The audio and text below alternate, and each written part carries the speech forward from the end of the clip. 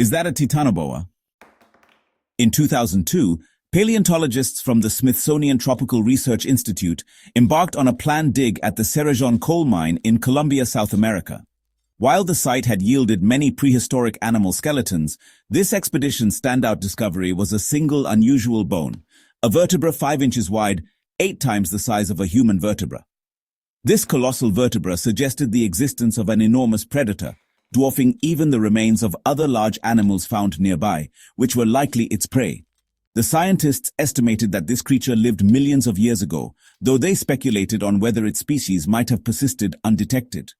The Cerrejón Formation, now a paleontological research site, was once teeming with life over 60 million years ago. Coal here consists of fossilized plants and trees from Earth's first tropical forests. Ironically, the mining operations that exposed these prehistoric treasures became critical to paleontological research as heavy machinery revealed fossil-rich layers buried beneath coal seams. The tropical climate of the Paleocene epoch fostered an ecosystem filled with oversized creatures. Among the discoveries was Carbonomys coffrinii, a turtle the size of a small car, with a shell spanning over 1.5 meters. Another find was Anthracosuchus balrogus, a 5-meter-long crocodilian rivaling the size of a modern SUV. Yet these impressive creatures were overshadowed by the discovery of a truly extraordinary predator, Titanoboa carajonensis. The team, led by paleontologist Carlos Jaramillo, uncovered vertebra after vertebra, eventually reconstructing the skeleton of a snake measuring 13 meters in length, equivalent to 1.5 standard limousines. Further excavations unearthed nearly 30 specimens, confirming this length as typical for adult Titanoboas, with some individuals possibly growing even larger. The immense size of Titanoboa was closely tied to the warm climate of the Paleocene. Warmer temperatures allowed larger reptiles to thrive as they could efficiently regulate their body heat. For comparison, modern tropical snakes, like the 6-meter-long anaconda, pale in size. Smaller species, such as the Barbados thread snake, reach only 10.4 centimeters due to cooler climates influenced by Atlantic winds.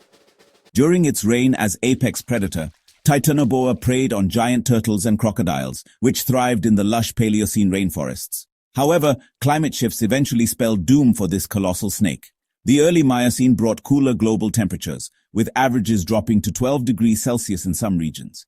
Titanoboa, unable to adapt to these changes, saw its prey diminish in size or vanish entirely, leading to its extinction.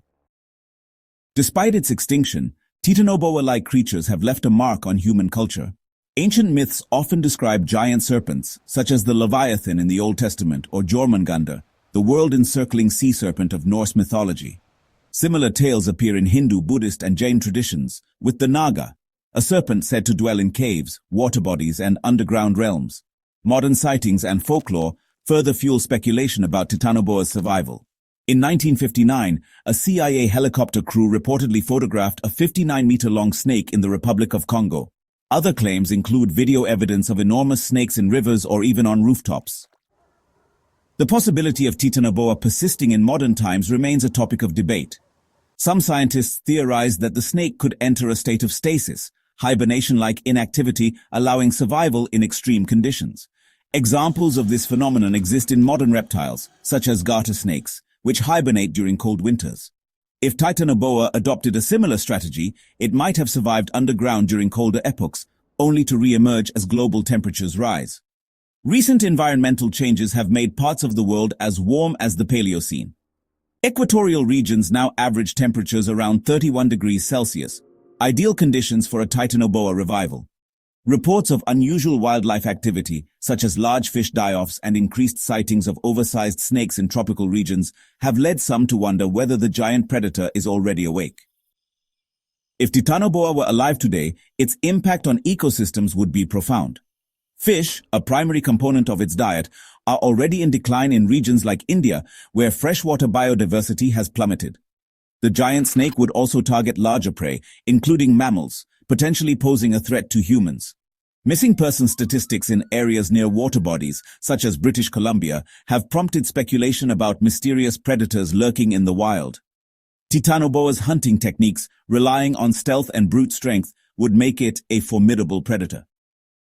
Like its modern boa relatives, it could ambush prey from water, using its immense jaw and constricting power to subdue even the largest animals.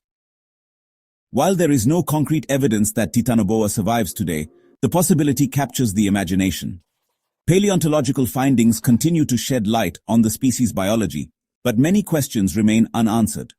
Could this prehistoric titan, which once ruled the rainforests, re-emerge as Earth's climate changes?